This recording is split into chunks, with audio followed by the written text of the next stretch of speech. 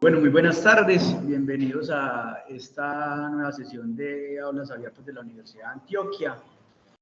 Continuando con el bloque de neurocrítico, hoy vamos a hablar de un tema muy específico que es manejo ventilatorio del paciente con miastenia gravis y síndrome de Guillain-Barré.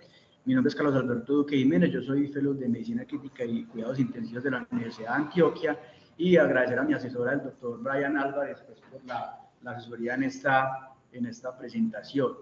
Voy a hacer hincapié en algo antes de empezar, y es que el manejo ventilatorio en estos pacientes no es más que una terapia de soporte, porque lo que verdaderamente va a impactar en el curso natural de la enfermedad va a ser la terapia específica, que es el uso con inmunoglobulina intravenosa o los recambios pues, plasmáticos o la plasmaféresis.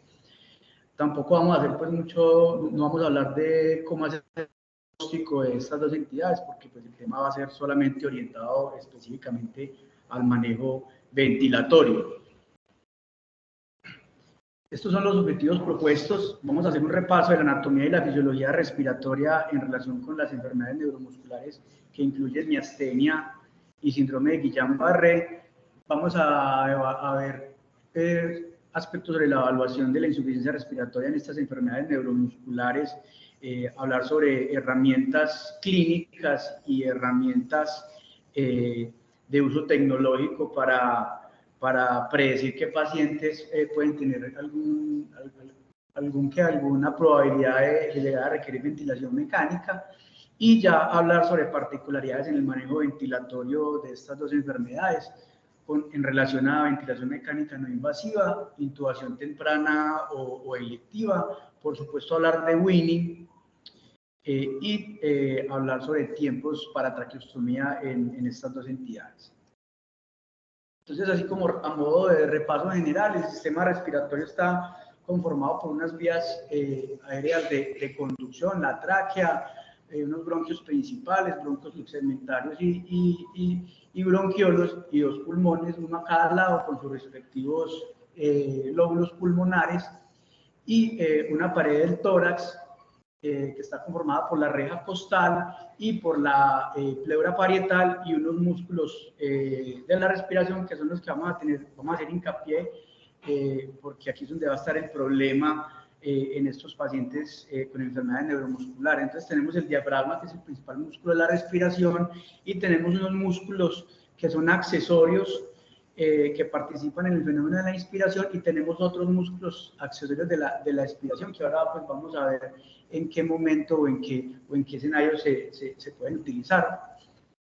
Ya es claro pues la función principal del sistema respiratorio, que es el intercambio de gases, ¿cierto? La entrada de oxígeno y la eliminación del CO2, y otras funciones secundarias pues que no vamos a entrar a profundizar, pero pues que están aquí al lado derecho de sus pantallas.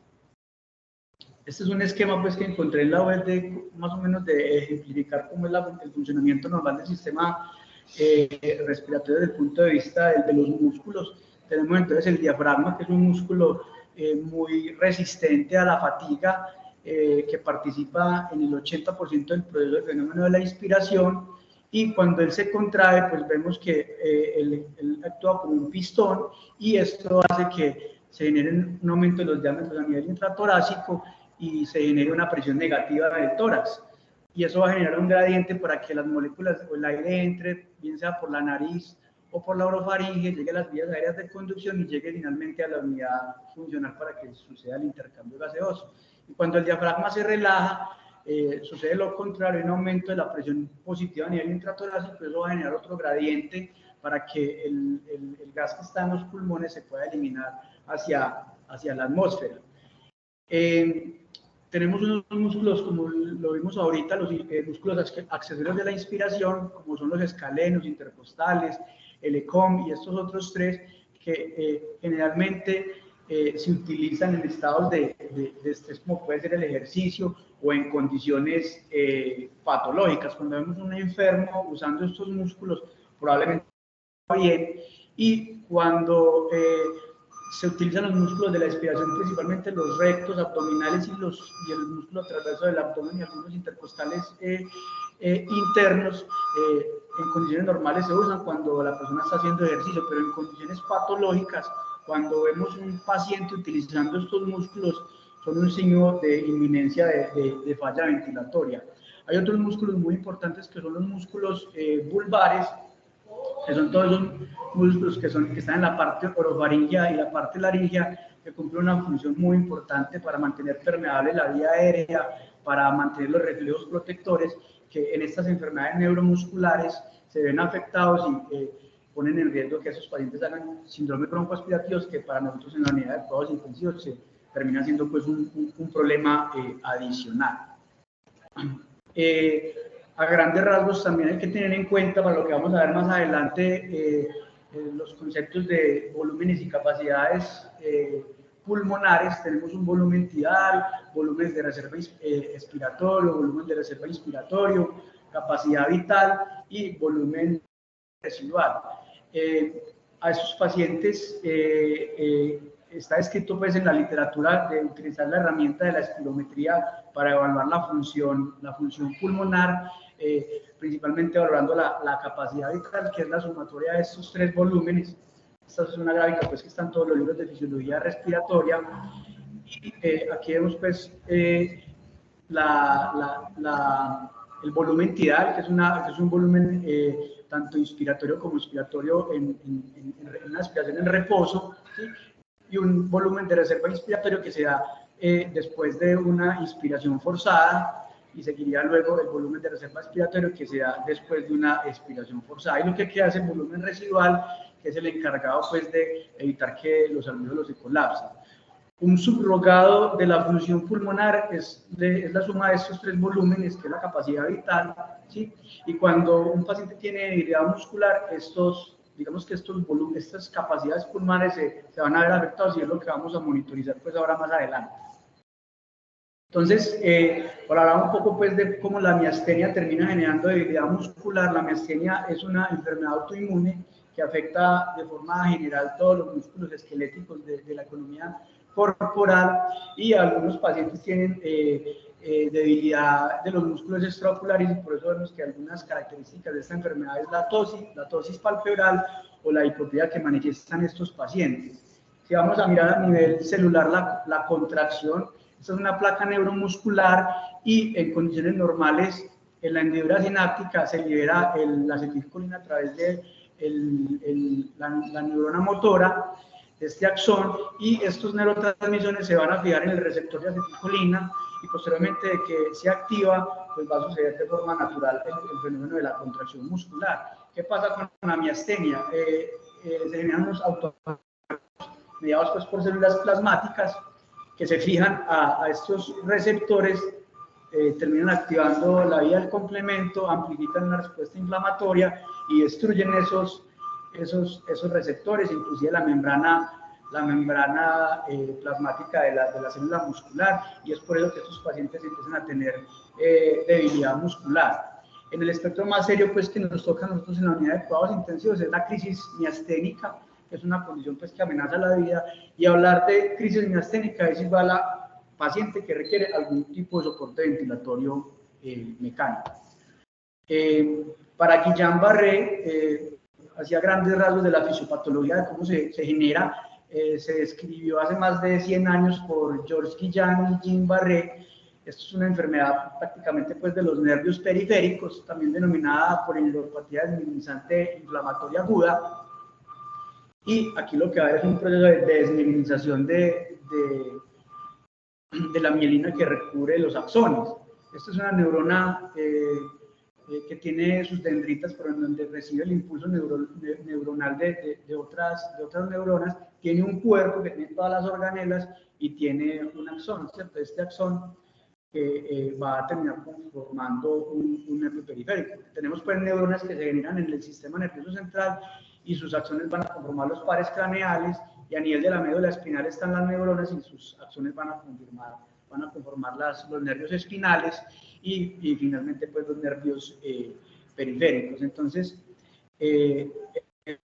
blanco, pues, en esta patología va a ser la mielina, que se sintetiza, pues, por las células de Schwann, y cuando sucede un proceso de mielinización que es gatillado por el sistema inmunológico, la neurotransmisión se empieza a ver alterada, y es por eso que esos pacientes empiezan a tener diversas manifestaciones clínicas. Vamos a hablar, pues, de algunos agentes que se han descrito como generadores o que generan este problema de Guillain-Barré, como la infección por Campylobacter, Mycoplasma pneumoniae y algunos virus, citomegalovirus, Epstein-Barr, inclusive el VIH. Y generalmente cuando la persona se infecta por estos agentes patógenos, los antígenos de estos patógenos son muy similares a los lípidos de las vainas de mielina, y el sistema, y hay un fenómeno que se denomina mimetismo molecular, y eso el sistema inmunológico pues lo va a detectar como extraño. Las células presentadoras de antígeno presentan a los linfocitos T esos autoantígenos y se despliega pues una respuesta inmunológica, se activan las células plasmáticas, se producen los que atacan las vainas de mielina, y luego los macrófagos terminan dañando esta estructura. Hay muchas manifestaciones clínicas en los pacientes de Guillain-Barré, pueden tener manifestaciones sensitivas, por supuesto cuando se dañan los nervios motores puede haber debilidad muscular, los pacientes pierden sus reflejos, a nivel de pares craneales puede haber visión doble, o puede haber dificultades para la deglución, empezar a tener compromiso de los músculos vulvares, en la unidad de cuidados intensivos puede haber afectación de los músculos respiratorios, metiendo al paciente en falla ventilatoria, inclusive se puede haber disfunción autonómica, que a veces se nos vuelve un problema porque esos pacientes pueden hacer arritmias o pueden hacer picos de hipertensión muy severos o hipotensión, y pueden generar inestabilidad cardiovascular. Entonces ya como para entrar después de haber visto este repaso general, ya para adentrarnos en el tema de cosas grandes de epidemiología, hay que decir que la mortalidad para miastenia gravis, para la crisis miasténica en la última década, según esta referencia, ha disminuido del 50 al 5%, pues con todas las terapias que se tienen disponibles, ¿cierto? Con la plasmaféresis y la inmunoglobulina, y lo mismo ha sucedido con Guillain-Barré. La mortalidad se ha logrado reducir de un 20 a un 6%, incluso en otras series la mortalidad es mucho menor. Estas dos enfermedades no son muy frecuentes, o no estamos tan acostumbrados, no son tan frecuentes verlas en la unidad como de otras patologías. La prevalencia de Guillain es de 40 a 180 casos por millón, y tiene una incidencia anual de 4 a 12 casos por millón, y tiene una presentación bimodal. Generalmente se ve en mujeres entre los 40 y los 50 años, y en el otro espectro de presentación se empieza a ver en hombres por encima de entre los 70 y los 80 años.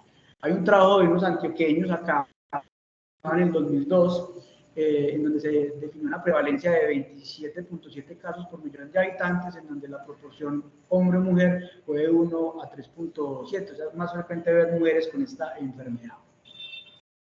Tiene un curso clínico variable, ¿sí? Alrededor del 30% de los pacientes van a manifestar algún grado de debilidad muscular respiratoria, pero solo un 15 a un 20% van a ser crisis miasténica.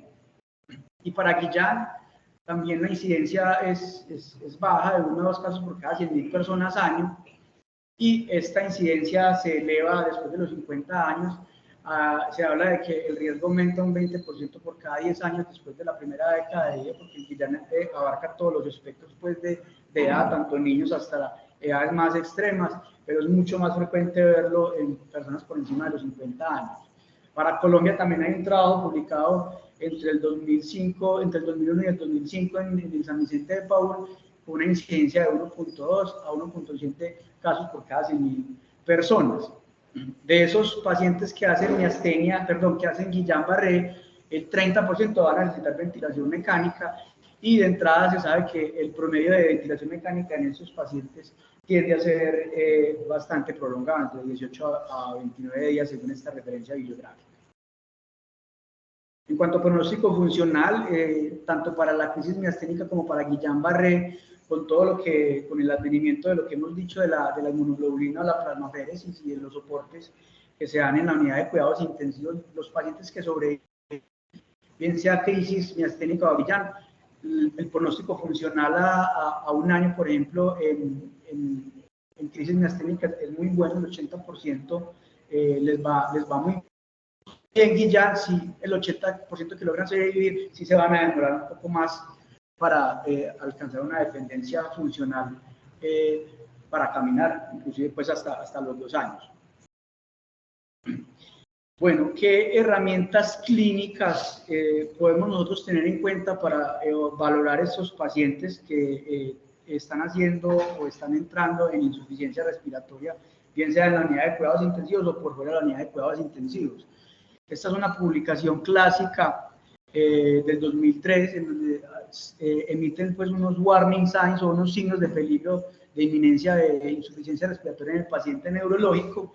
Lo que ustedes ven aquí resaltado en rojo, por ejemplo, tos después de la deglución de líquidos, o un paciente que no pueda manejar bien sus secreciones, o que manifieste disfagia, o que inclusive tenga dificultad para cerrar la mandíbula después de haberla abierto, una algún grado de estridor o debilidad para sacar la lengua, o que tengan tos muy débil, son los denominados signos de disfunción vulvar, que hay que estar muy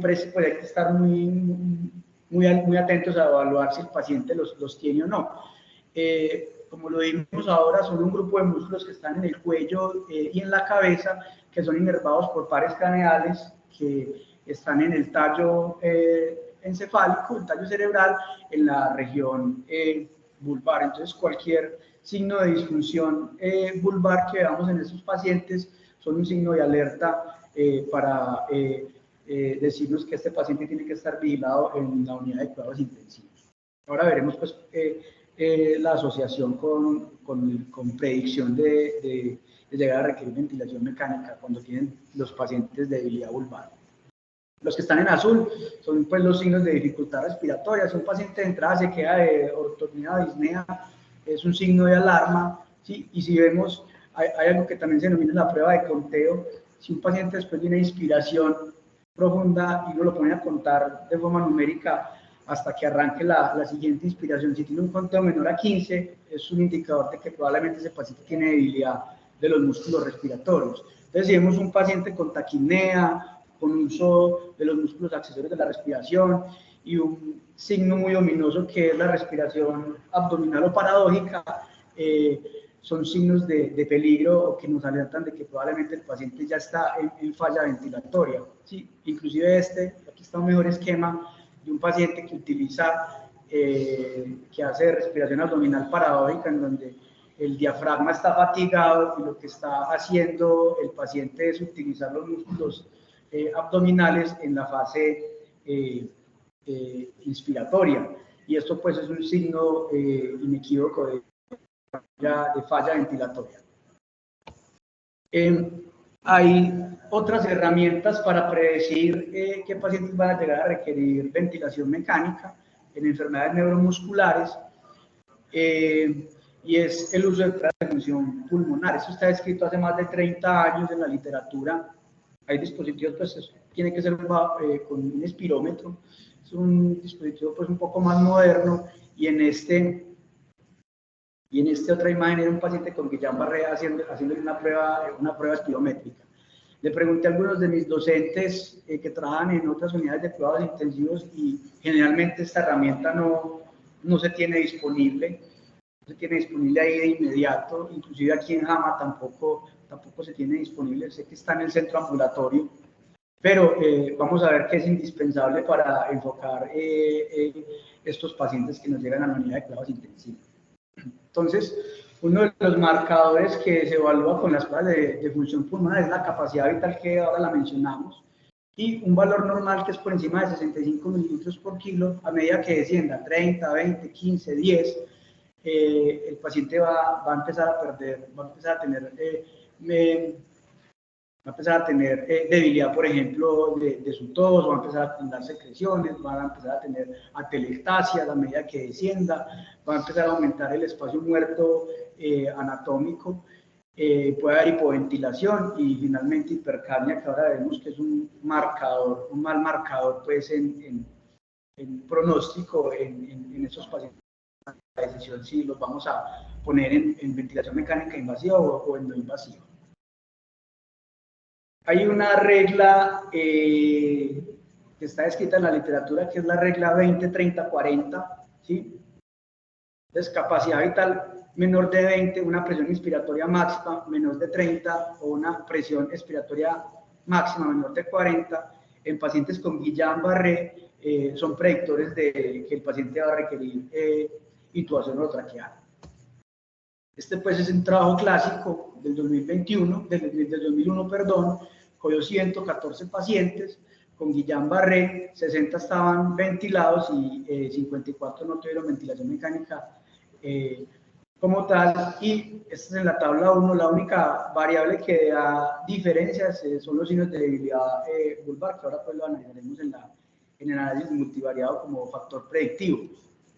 Cuando lo someten a pruebas de ventilación, a pruebas de función pulmonar, los pacientes ventilados, un 70% tenían una capacidad vital menor a 20 mililitros por kilo distinto.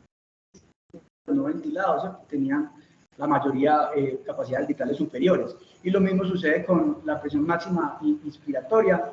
Un punto de corte menor a 30 se vio en los pacientes que estaban ventilados, diferente a los no ventilados, y lo mismo la presión expiratoria máxima, en donde es un valor que está mucho más elevado en los pacientes no ventilados. En el análisis multivariado, entonces, el OR de encontrar un paciente con signos de disfunción vulvar le da un OR, un riesgo de 17.5 veces más de probabilidades de llegar a requerir intubación orotraqueal en el contexto de Guillain-Barré, ¿sí? Y una capacidad vital menor a 20, un OR de 15.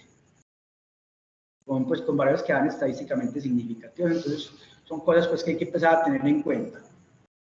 Hay otros predictores que se han evaluado en Guillain. Este fue un estudio del 2003, fue un análisis de dos cohortes que se hizo en Francia. Vamos a ver que todos estos trabajos se demoran en promedio más de 10, 15 años, porque como son patologías no tan frecuentes, se demoran mucho en recoger las muestras. 113 pacientes ventilados versus 409 pacientes ventilados. El objetivo fue evaluar predictores de intubación temprana y aquellos que estaban ventilados comparados con los no ventilados. En la tabla 2 tuvieron muchas diferencias, ¿sí? Empezando por la edad, también habían diferencias en la función motora, pues en el examen físico que se hace de cómo están los diferentes grupos musculares, compromiso de nervios craneales, compromiso de los músculos respiratorios, inclusive algunos paraclínicos. Y cuando hacen entonces el análisis multivariado, algo que encuentran ellos como factor de riesgo de que un paciente de esos va a requerir intubación es que tenga una progresión muy rápida desde el momento del inicio de los síntomas hasta que consultan al hospital, y ese marcador es que sea menor a 7 días, la 1R de 2.5. Otros marcadores es que el paciente no pueda ponerse en pie, que el paciente no sea capaz de elevar el codo de la cama, o que no sea capaz de despegar la cabeza de la almohada, o que tenga una tos inefectiva. Este 1R de 9, inclusive en el trabajo no describen cómo puntuar o que es verdaderamente una tos inefectiva, es como algo más subjetivo, pero lo definen como un predictor de riesgo para que el paciente vaya a requerir ventilación mecánica, y pues eso se traduce en un signo de debilidad vulvar y tener enzimas hepáticas elevadas. Si a esos pacientes intubados les medían capacidad vital, en otro análisis multivariado, el tiempo de evolución, ¿sí? Da 1R de 5 veces más riesgo, sumado pues con incapacidad para elevar despegar la cabeza de la almohada, y la capacidad vital, por supuesto, por debajo del 60% del valor precio, que eso más o menos da un volumen de 20 mililitros por kilo. Hay puntajes inclusive descritos en la literatura para predecir falla ventilatoria y necesidad de intubación. En Guillain-Barré es el EGRIS, o el puntaje de insuficiencia respiratoria de Guillain-Barré del Erasmus, pues, que fue el hospital en Rotterdam, Países Bajos, en donde hacen en donde sacan este score, una cohorte de casi 400 pacientes con Guillain que requerían ventilación mecánica en la primera semana de enfermedad.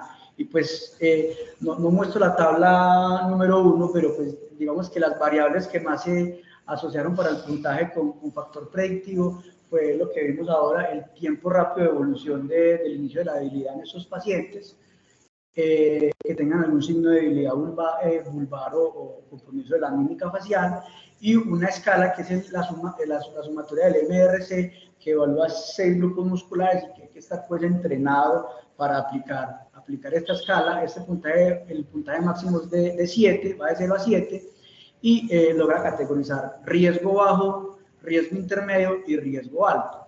Cuando hacen la corte de validación, por ejemplo, tener un puntaje entre 5 y 7 da una probabilidad del 75% de que un paciente de estos vaya a requerir ventilación mecánica, y el área de bajo la curva fue bueno, ¿sí? 0.82.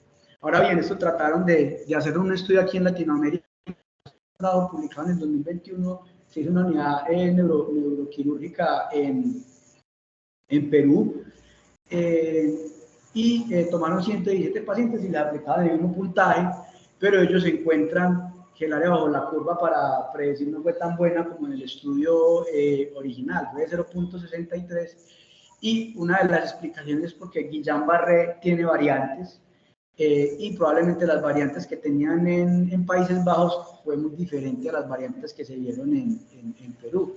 Para nosotros decidir si aplicamos este puntaje o no, pues tendríamos que hacer nuestros propios estudios para poderle dar utilidad y ver si de pronto nos puede tener algún valor predictivo en estos escenarios. Miastenia también tiene trabajos que han tratado de predecir qué pacientes van a necesitar alguna modalidad de ventilación mecánica como tal. Este es un trabajo publicado en el 2021, retrospectivo, se hizo en China. Fueron 10 años de seguimiento y se evaluaron 86 pacientes con miastenia gravis. El objetivo fue evaluar los predictores de crisis miasténica, y en total se evaluaron 36 pacientes con episodios de crisis miasténica y 50 pacientes con episodios de crisis pues pacientes que no hacían la crisis. Esta tabla que queda un poco borrosa. Esta es la tabla 1, pero pues en el análisis multivariado, los factores que ellos logran detectar como predictores de que el paciente va a requerir ventilación mecánica es el inicio de la disnea, que sea un inicio rápido, una instalación rápida de la disnea con un OR de 3 veces, con una diferencia que da estadísticamente significativa cuando se compara con los pacientes que no hicieron la crisis miasténica. Y algo bien importante, y es que como la miastenia tiene triggers o cosas que la disparan o que la empeoran, las infecciones son una de ellas. Entonces se encuentran que las infecciones, un paciente que le da una infección respiratoria, el riesgo es 4 veces más comparado con aquel que no le da una infección. Y se vuelve un factor protector, obviamente, el uso de la inmunoglobulina intravenosa. Trabajo clásico, publicado pues en 1997 en Neurology. Este trabajo está casi referenciado en todas las bibliografías que hay de crisis miasténica. Utilizaron pruebas de función pulmonar para predecir qué pacientes con miastenia van a requerir intubación, y son valores muy similares a la regla del 20-30-40 del Guillain.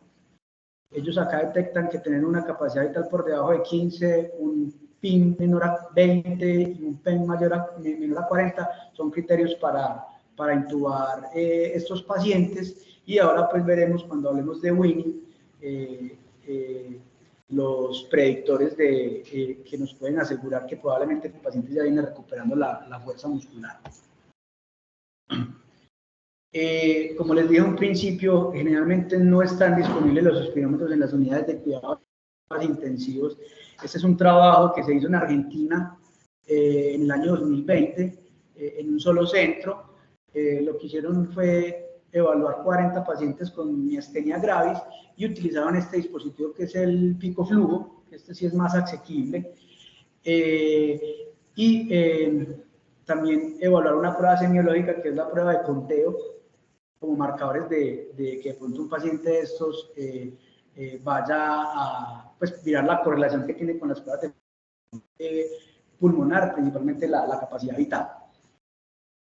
Entonces, como es un estudio de correlación, la prueba de conteo tuvo una correlación muy en la escala de correlación de Pearson. Sabemos que por encima de 50 ya empieza a haber una, de 0.5, perdón, empieza a haber una correlación moderada, y a medida que se acerque más a la unidad, pues se empieza a mejorar la capacidad de la prueba para cuando se compara con otra. Y en esencia muestra que aquellos pacientes que tengan conteo máximo bajo probablemente también se correlacionen con una capacidad vital media en litros baja.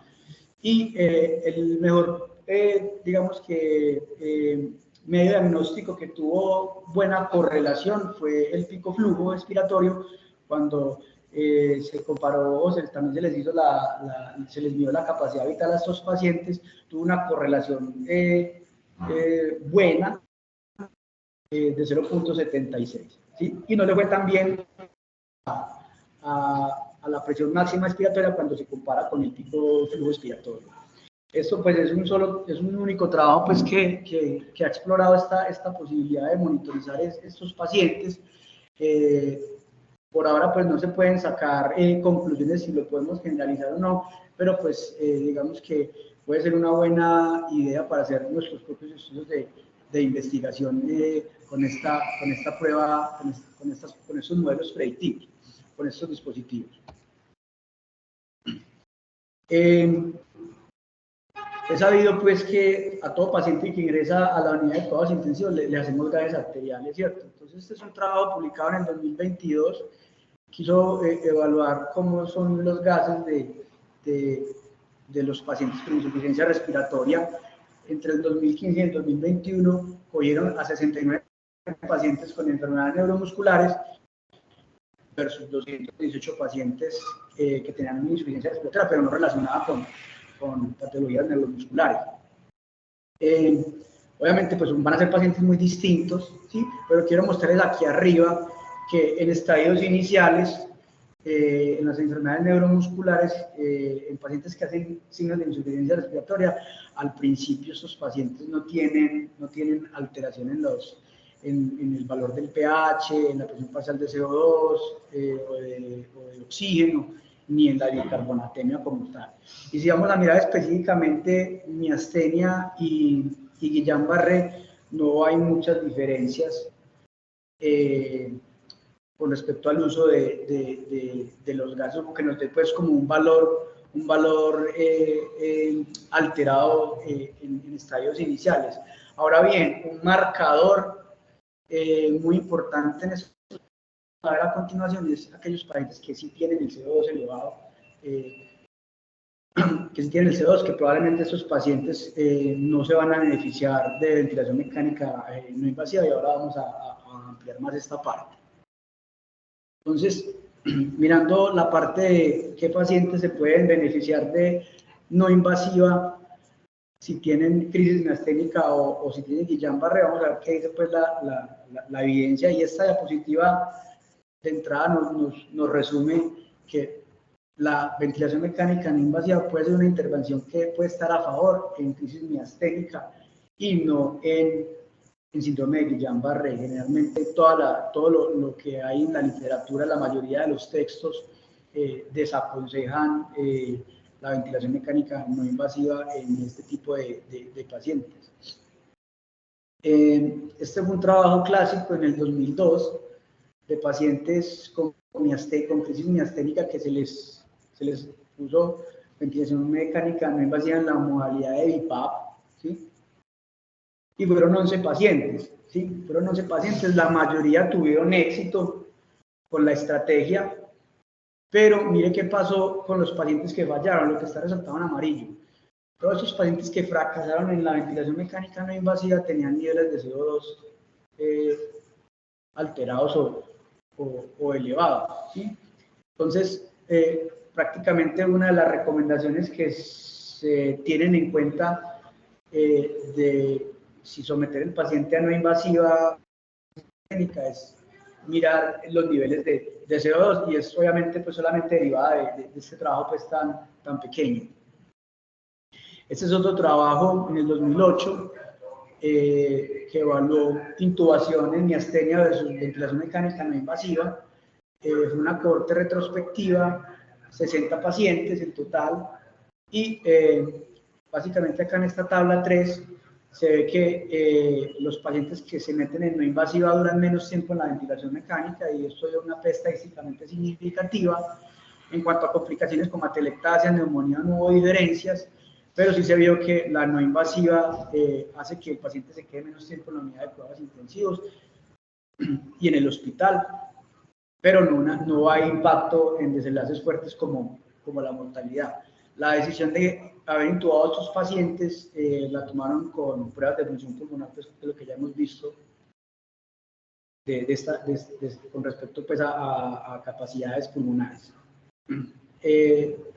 Esto es como un flujograma de toma de decisiones en crisis miasténica de paciente para no invasiva o más bien definir intubación.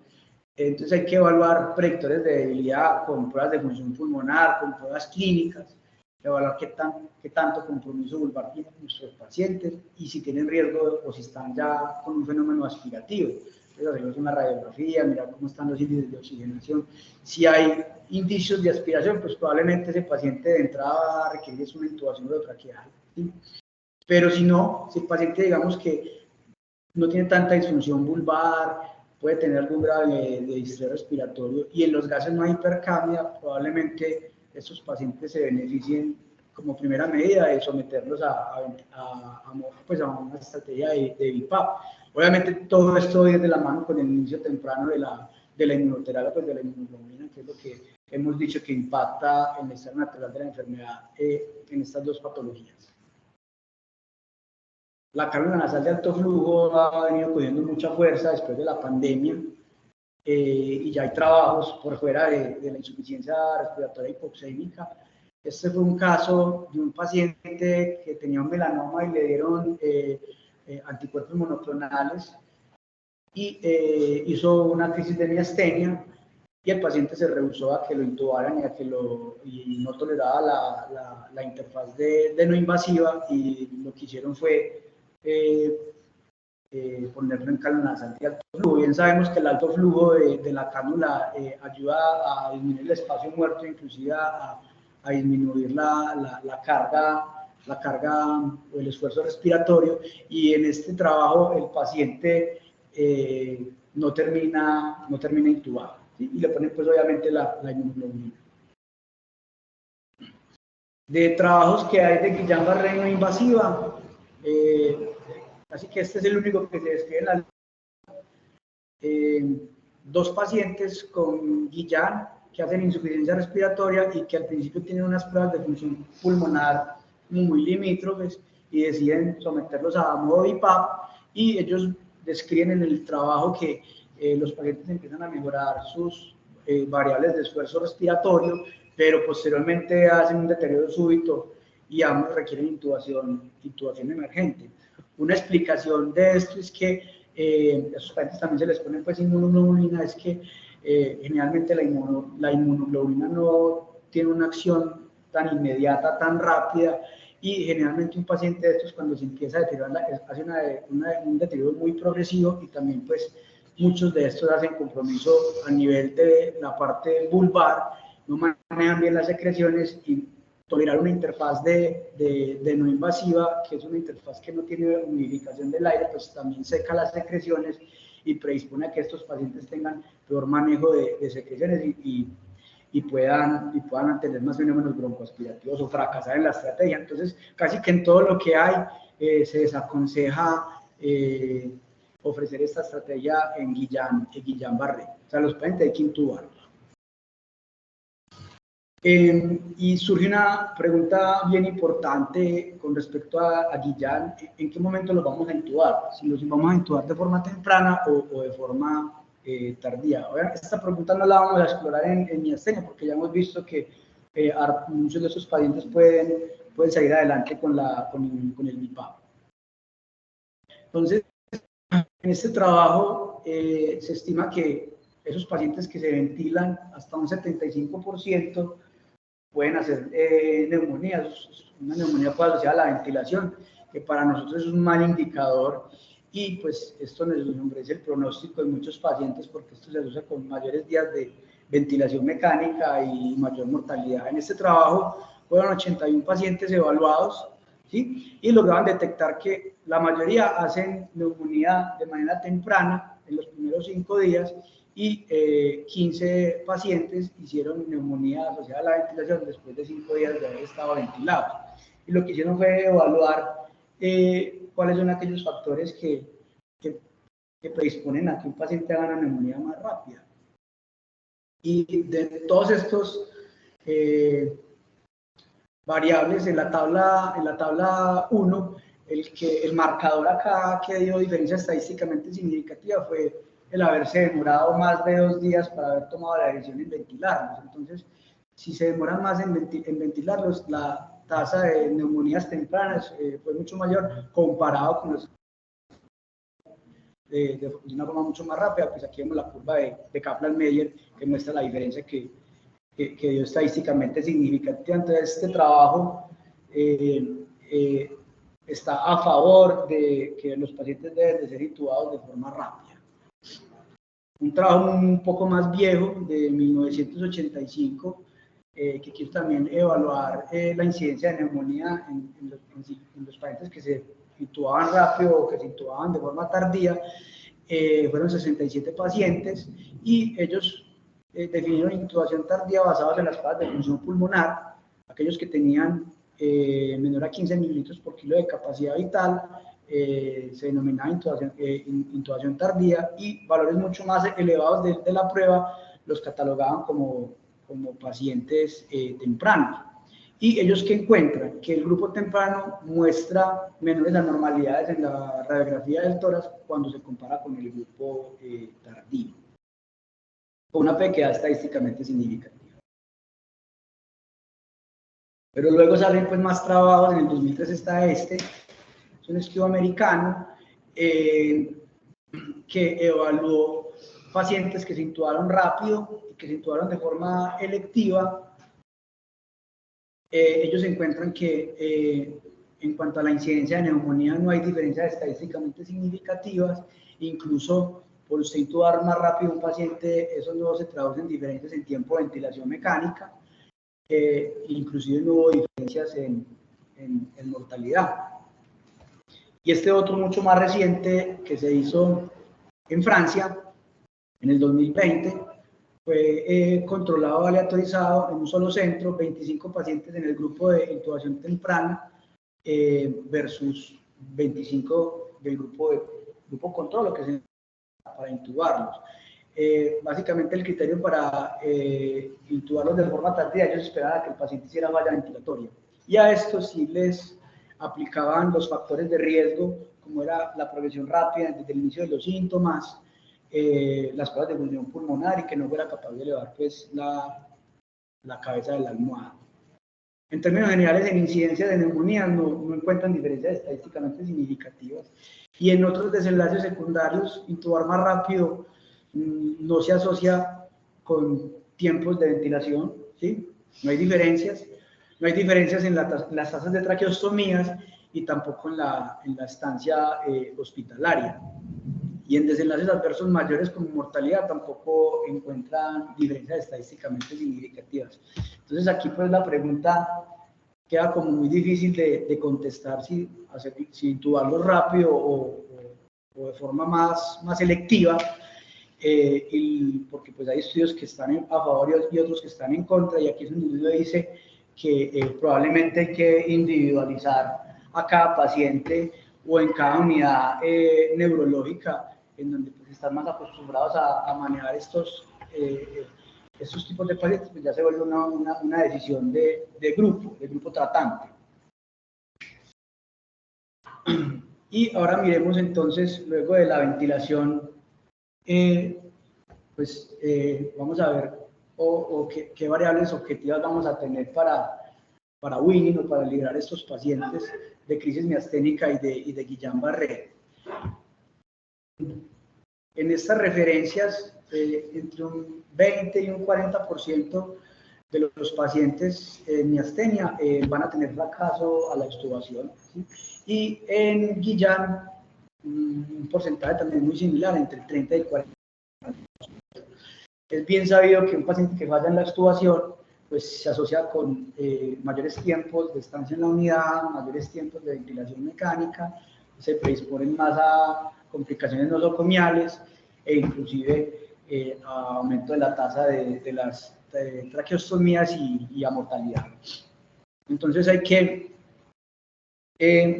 evaluar muy bien a estos pacientes para evitar caer en una reintubación, ¿sí? Entonces, en miastenia,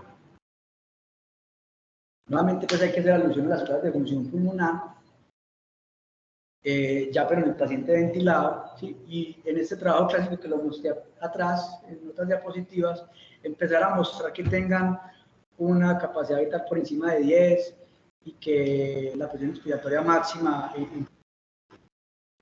es, digamos, un parámetro para usted evaluar pruebas de ventilación espontánea, y cuando los valores empiezan a mejorar por encima de 25 la capacidad vital, es un buen predictor para que el paciente se pueda liberar del ventilador, ¿sí? Y miren lo que pasa con los pacientes de Guillain. Esto es un trabajo también muy clásico del año 91, utilizando pruebas de función pulmonar, viendo la capacidad vital. Estas líneas que ustedes ven aquí son diferentes pacientes, fueron 5 pacientes, y se les hizo mediciones repetidas de capacidad vital como modelo predictivo para poderlo liberar del ventilador. Entonces, por ejemplo, aquellos pacientes que tienen una capacidad vital por debajo de 7 mililitros por kilo, cuando los ponen en prueba de ventilación espontánea, esos pacientes no aguantan ni 15 minutos en la prueba porque empiezan a fatigarse, diferente a aquellos que empiezan a tener mayor capacidad vital por encima de 15. Todos estos pacientes, miren todo el tiempo que pueden aguantar en prueba de ventilación espontánea, hasta 24 horas, ¿sí? Y pues en este estudio original, ellos recomiendan que si usted tiene por debajo de 7, ni piense en winning, y si está por encima de 15, probablemente este sí sea un buen predictor para pensar en liberar al paciente del ventilador, y en la prueba pues, de test dio una diferencia estadísticamente significativa. Entonces hemos hablado mucho de la capacidad vital y cómo se mide entonces, o sea, qué elementos tenemos nosotros en la unidad de cuidados intensivos para valorar este marcador para winning de estos pacientes. Entonces, los ventiladores, hay ventiladores modernos que con oprimir un botón él le calcula la capacidad vital, pero hay ventiladores que no lo tienen y se puede medir de forma manual en cualquier ventilador. Entonces, lo que hay que hacer es poner al paciente en modo espontáneo, poner un PIB de 5, poner la presión de soporte a 0, y el paciente tiene que colaborar, y uno le debe decir que haga una inspiración máxima seguido de una exhalación completa, y hay que ver el valor que muestra el ventilador en el volumen tidal expiratorio, y después del paciente haber hecho la maniobra, vean acá cómo cambia, ¿cierto? 1267 y el previo era 472, usted esto lo va a dividir por el peso y se le va a dar la capacidad vital. Lo que se recomienda es que usted lo haga 3 veces y después haga un promedio para poder tener esa variable pues objetiva de la función global pues de los músculos respiratorios. Otra herramienta es la NIF o la presión inspiratoria máxima, que ya la hablamos al principio. En esta revisión clásica de CHES, aquellos pacientes que tengan una NIF negativa por debajo de 20, mientras más negativa mejor, entre menos 20 y menos 30, puede ser un predictor de que el paciente está recuperando la fuerza de su diafragma.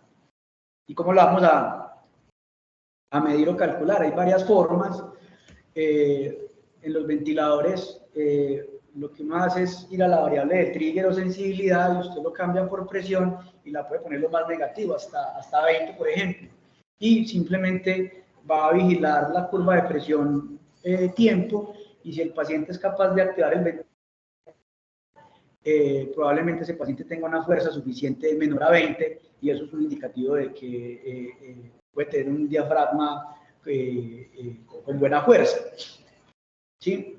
Pero a veces no se recomienda porque a veces la gente se le puede olvidar y deja el trigger en 20, entonces es mejor hacer este segundo método y es hacer la pausa expiratoria, ¿cierto? La pausa expiratoria y el valor que uno va a evaluar es el PIB del paciente, el cambio, entonces aquí dio menos 41, o sea, es un buen valor que uno puede medir en el ventilador con un subrogado de que el paciente puede tener buena fuerza de su diafragma. También hemos hablado de esto antes, de mediciones invasivas de la función diafragmática, que es por medio de un balón esofágico y un balón gástrico en el paciente en ventilación espontánea. Y esto, la diferencia entre estas dos presiones, de aquí, esta de acá arriba y esta de aquí abajo, va a formar la presión transdiafragmática, ¿cierto? Y lo normal son valores por encima de 30, por encima de 40 en población sana. También se han hecho pues trabajos en miastenia gravis y en Guillain, en pacientes ventilados, también trabajos muy antiguos, de 1991. Quiero que se enfoquen en esta cuadrante inferior de esta gráfica. A estos pacientes les hacen mediciones seriadas. Entonces, aquí, por ejemplo, un paciente de estos inicia con una presión transdiafragmática muy bajita y a medida que va evolucionando en el transcurso de la enfermedad, vuelven y le hacen mediciones y miren cómo aumenta. Entonces, es un buen predictor medirla de forma invasiva la función del diafragma. El inconveniente es que esto no está disponible en todas las unidades de cuidados intensivos, pero que sí tenemos nosotros en casi todas las unidades de las UCI es la ecografía, ¿cierto? La ecografía viene cogiendo mucha fuerza en los últimos años. Una forma de medir la función diafragmática es primero que un transductor de alta frecuencia y posteriormente calculando la fracción de engrosamiento, que no nos vamos a detener mucho en esto, pero según Golliger, que es una de las personas que más ha estudiado esto, se ha calculado que una fracción entre el 15 y el 30% de los primeros días de ventilación mecánica probablemente se acerque a predecir una buena fuerza de contracción del diafragma. Y Harper habla de que si el valor está por debajo del 20%, es un valor anormal y nos habla pues de disfunción del diafragma.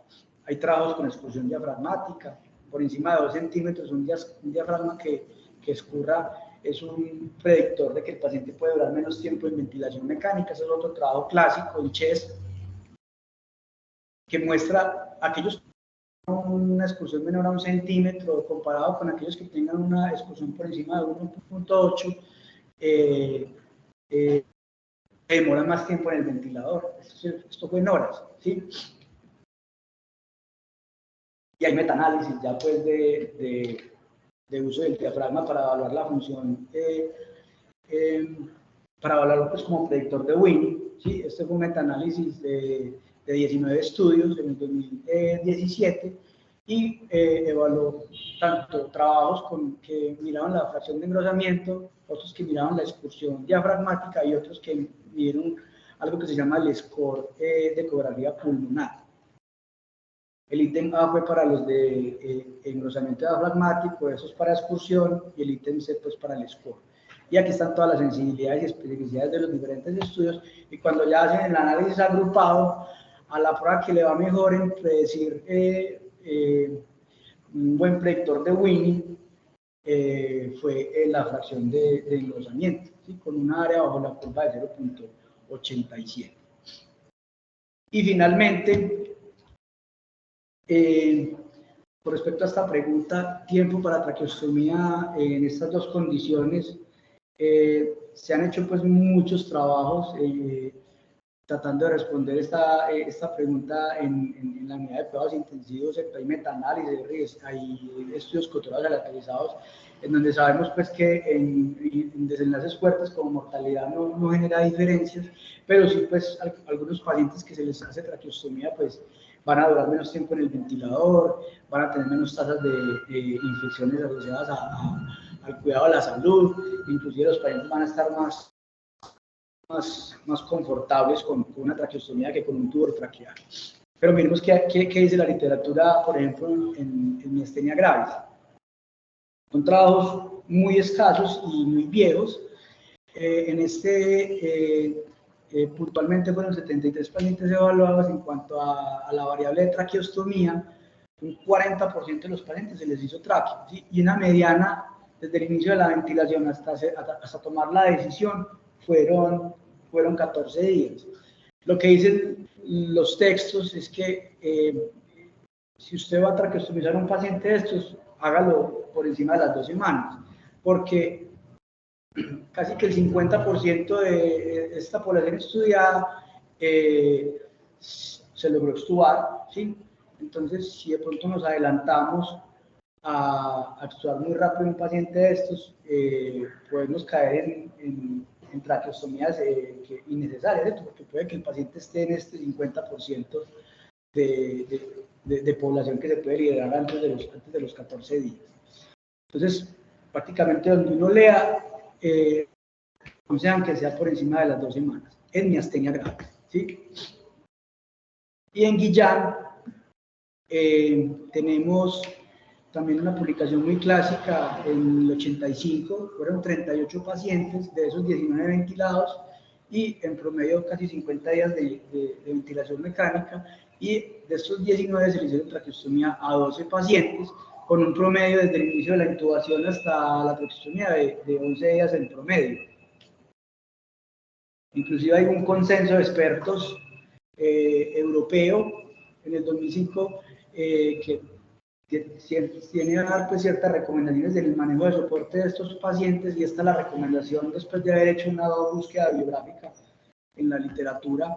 Ellos dicen que después de 2 semanas, inclusive citan este trabajo, si el paciente con pruebas de función pulmonar no demuestra que el paciente haya recuperado la fuerza de los músculos de la respiración, pues probablemente sí se tome la decisión de traqueostomizar, ¿sí? Pero pues uno no queda como muy contento. Y este trabajo es muy interesante, que se publica en el 2011, tratando de evaluar predictores simples de ventilación mecánica prolongada en Guillain-Barré, después de usted haberle finalizado la inmunoterapia pues, a estos pacientes. Un estudio que también se hizo en Francia, unicéntrico, miren que todos los estudios se demoran entre 1996 y 2009, y el objetivo fue buscar marcadores funcionales para predecir ventilación mecánica prolongada. Y lo que hicieron fue una evaluación neurológica muy juiciosa por un neurólogo y estudios de electromiografía después de que el paciente terminara la terapia con inmunoglobulina.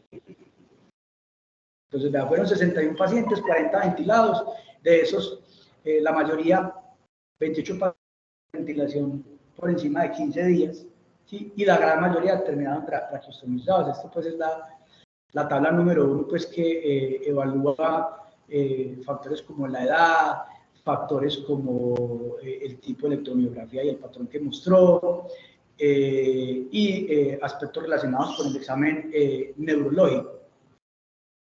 Y ya en el modelo predictivo, en función del tiempo de ventilación, lo que muestra diferencias estadísticamente significativas de los pacientes que se ventilaron, que se lograron, pues, que tuvieron menos tiempo de ventilación, 1 hora 15 días, comparados con los que llevaban más de 2 semanas, vieron que tener una debilidad para flexionar el pie al ingreso, e inclusive después de terminar la inmunoterapia, fue estadísticamente significativo. Entonces, estos pacientes con ventilación mecánica prolongada, miren que tuvieron más tasa de fracaso para poder flexionar el tobillo, comparado con los que se liberaron más rápido del ventilador. Y ya para finalizar, entonces, cuando hacen pues, el análisis de sensibilidad y especificidad de estos marcadores, el hecho de tener una debilidad para poder flexionar el pie tuvo un valor predictivo positivo moderado de 0.81, pero cuando lo combinan con electroconducción o un bloqueo, cuando lo hacen al nervio ciático, pruebas de electroconducción y hay un bloqueo, porque pues el nervio ciático es el que la conducción nerviosa pues, para el grupo muscular que genera flexión del pie, les dé un valor predictivo positivo del 100%. Casi que con este único marcador, si usted, que después de que el paciente finalice la inmunoterapia y no mejora, casi que con esta herramienta usted puede ir a la fija de tomar la decisión de traqueostomizar tempranamente a estos pacientes. Bueno, y ya pues a modo pues ya de conclusiones finales, entonces cualquier signo de dificultad respiratoria o estado respiratorio cuestionable en miastenia o en Guillain debe ser designado a una unidad de cuidados intensivos. Ya vimos pues que estas dos patologías son tratables y pueden tener buen pronóstico, buenos desenlaces funcionales. Si bien esos pacientes se demoran, miren que la mayoría pueden tener independencia funcional al año o a los 2 años en el caso de Guillain-Barré. BiPAP para pacientes seleccionados con miastenia gravis, sí, y no BiPAP o no poner ventilación mecánica no invasiva en los pacientes de Guillain-Barré. La intubación temprana entonces debe ser individualizada. Estudios que unos están a favor y otros están en contra, y ya sabemos pues que debemos de implementar todas estas pruebas de función pulmonar que son reproducibles a la cabecera del paciente, calculando la capacidad vital, la NIF y el uso de la ecografía diafragmática, pues que cada vez viene cogiendo mucho más fuerza. Y finalmente, entonces, traqueostomías se debe contemplar en estas dos patologías, principalmente después de 2 semanas de ventilar el paciente. Y solo en los casos de Guillain-Barré, si usted logra encontrar por un modelo predictivo después de haber terminado la inmunoterapia, lo encuentra positivo para ventilación mecánica prolongada, quizás sea la única herramienta para usted tomar la decisión de hacer una traqueostomía un poco más rápida o antes de las 2 semanas. Entonces, muchas gracias. Quedamos entonces con el micrófono abierto para sus comentarios, sus dudas o críticas.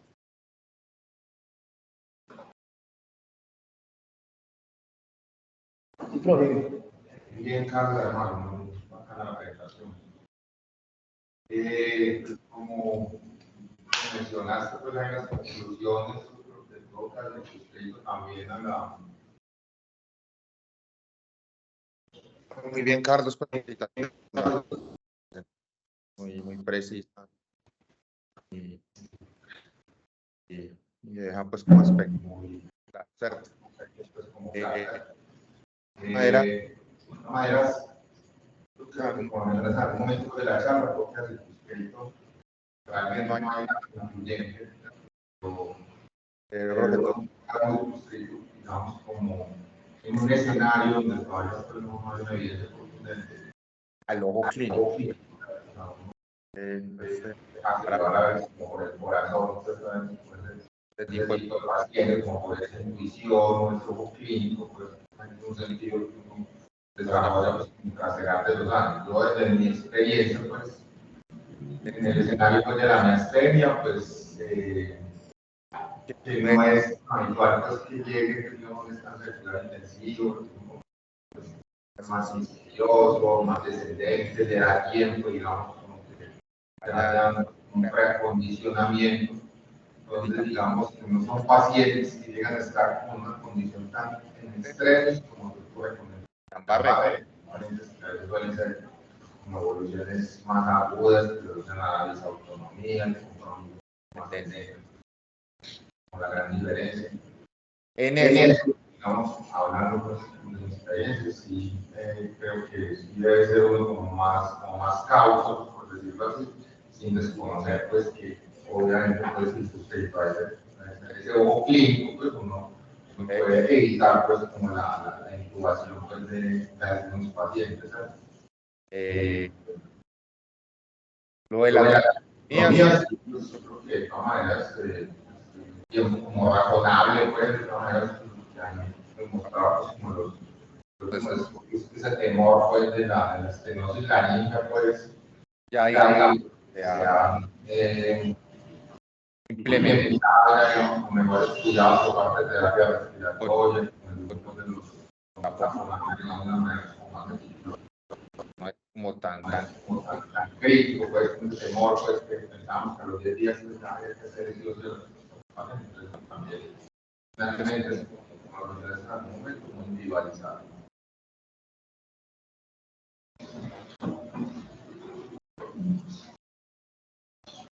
Buenas tardes, Carlos.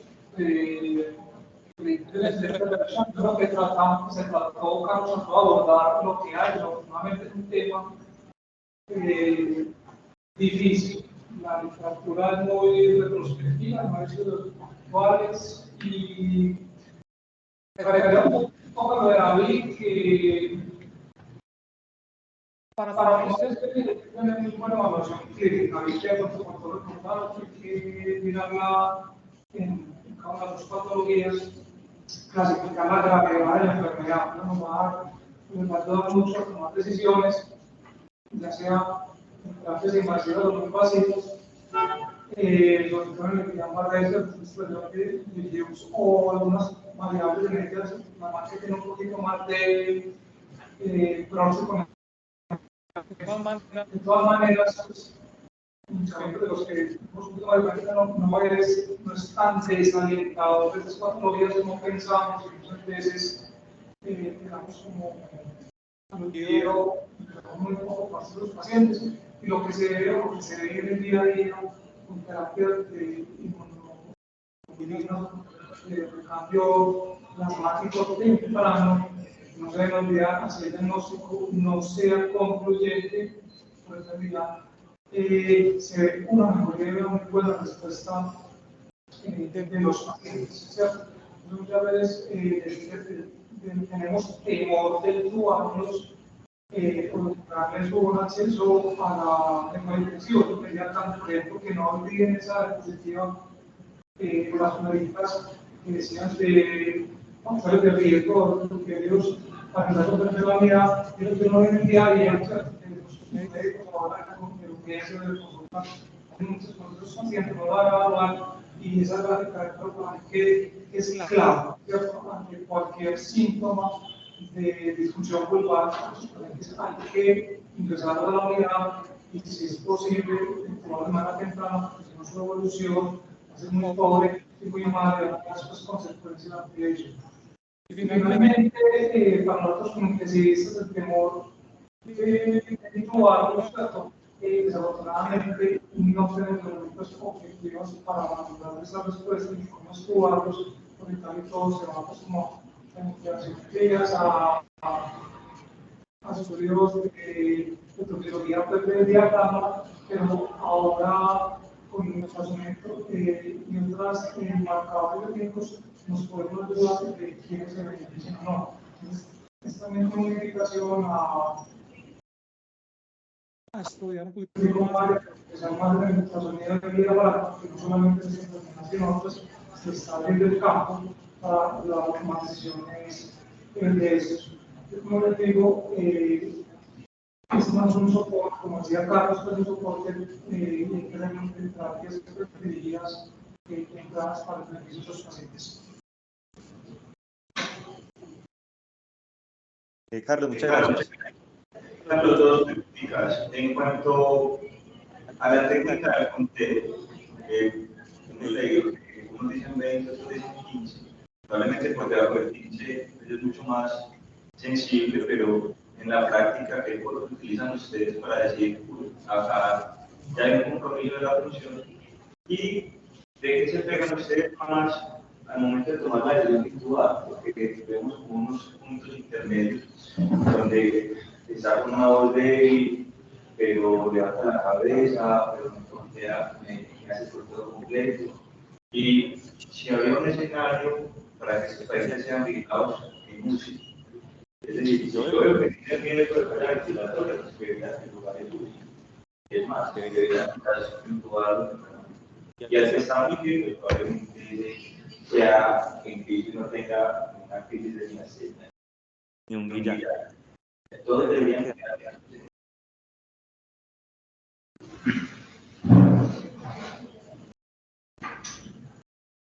Bueno, pues en cuanto a la primera pregunta de la prueba de conteo, sí, pues, no sé cómo muy estrictos en sí. 20 15, pues las referencias son apenas 5 números. Digamos que no es como el único predictor, ¿sí? Generalmente lo mostramos en la presentación que hay muchos otros signos de debilidad muscular respiratoria y muchos signos que comprometen la parte orofaringe, ¿cierto? Entonces no solamente ese predictor, ¿sí? Lo que decía el profe, a veces esa decisión de intubar a esos pacientes, o sea, cuándo es el mejor momento, pues uno dice, pues, si usted ve un signo clínico de estos de ensayo, yo les mostré, porque nosotros casi que no podemos hacer pruebas de función pulmonar porque no tenemos el espirómetro, ojalá lo tuviésemos a la calidad del paciente, pues como para ser un poco más objetivos. Yo diría que un signo de eso de debilidad pulmonar no retrasar la intubación en el escenario de Guillain-Barré. El escenario de miastenia, como estos pacientes pueden responder no invasiva, los procedimientos, tiene que verse de la gasometría arterial y con eso definir si el paciente va a ser candidato no a no invasiva o a intubación. Y también en el estudio original del algoritmo de 20-30-40, si usted paciente con Guillain-Barré lo tiene con barreras aceptables, con pruebas de función pulmonar, ellos inclusive recomiendan puede ser visitado en unidades de cuidados especiales, en una unidad de cuidados intensivos. El punto ahí es que hay que mirar qué escenario, porque si usted está en un hospital neurológico, probablemente la gente esté capacitada, esté mejor entrenada para vigilar a esos pacientes en cuidados intermedios. Y hay que hacer definiciones, sería una recomendación de que hay que hacerla, de cada cuánto hacerla, pero eso sí, debería ser un poco más técnica para ir siguiendo la evolución, porque pues esos pacientes inmediatamente tienen que estar en tratamiento específico con los recambios plasmáticos, pero pues digamos que eso ya depende mucho de la experiencia de cada centro, si tiene pues estas herramientas para ser un poco más objetivos con la evaluación de la función pulmonar como tal.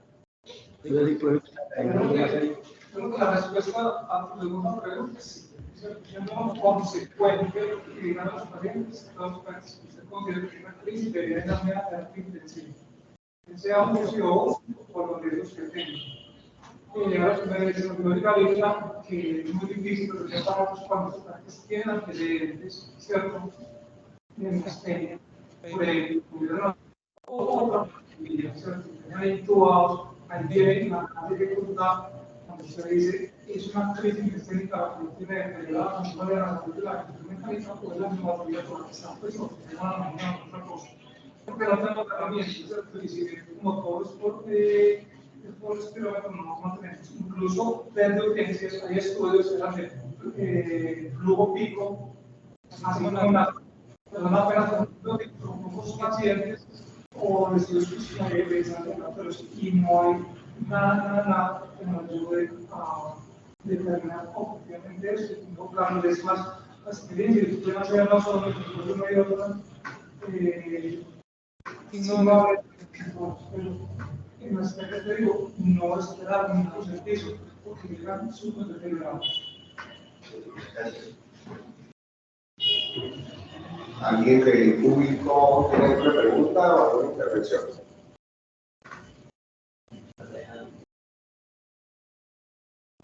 En el chat no tenemos preguntas. Pero yo sí quería pronto hacer alguna intervención dentro de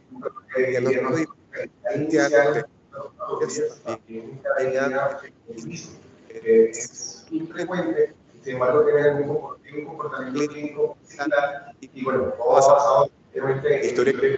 Yo creo que a la hora del mini tenemos profesionales bien los tres marcadores de insuficiencia respiratoria, el PIMAX, el NI incluso pudimos tener en cuenta el PCR1, la manejo de nervioso central, pero también nos pudiera ayudar a la hora de decidir extubar a este grupo de pacientes o iniciar el protocolo de intubación.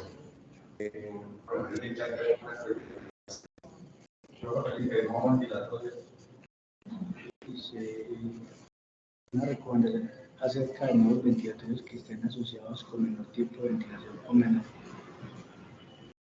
Lo que he leído de nuevos ventilatorios es que la guía recomienda darle volúmenes muy altos, pero pues como que no especifica como tal para disfunción diafragmática, sino que para evitar el se recomiendan volumen de 8 ml por kilo y PIC mayor de 8, pero como tal no para prevenir disfunción diafragmática. Sí, vea, en los trabajos clásicos de Guillain-Barré, históricamente estos pacientes se ventilaban en modo SIMB, ¿sí? O controlados por volumen. Y a estos pacientes los ventilaban con volúmenes por encima de 12 mililitros por kilo y con presiones expiratorias al final de la expiración y 15. ¿Sí? Eso en los estudios clásicos. En la actualidad, casi que nadie ventila por encima de 10, ¿cierto?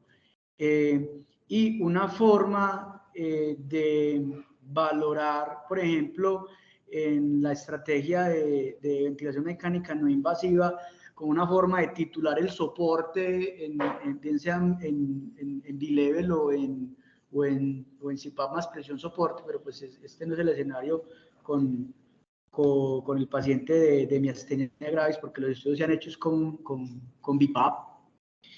Una forma es monitorizar la fracción de engrosamiento diafragmático. Se ha visto que inclusive se puede titular la presión de soporte para uno determinar si el paciente está o muy sobresoportado o por el contrario está sin nada de soporte, y eso genera una variabilidad en el porcentaje de engrosamiento. Entonces, más o menos hay trabajos que han demostrado que, por ejemplo, cuando se acerca la presión soporte a más o menos a 8, algunos pacientes se acercan a un porcentaje de engrosamiento diafragmático normal. Y si usted le pone mucha presión de soporte a un paciente, probablemente puede que la fracción de engrosamiento le dé muy bajita, porque estaría muy soportado, ¿cierto? Y eso sería caso contrario cuando lo tenés con mínimo soporte, la fracción de engrosamiento le va a dar muy alta, y eso quiere decir que probablemente ese diafragma se le puede estar sobreesforzando. Pero como tal, en miastenia, pues esto no se ha explorado, y son estudios pues que son muy clásicos, que no van más allá de ser retrospectivos.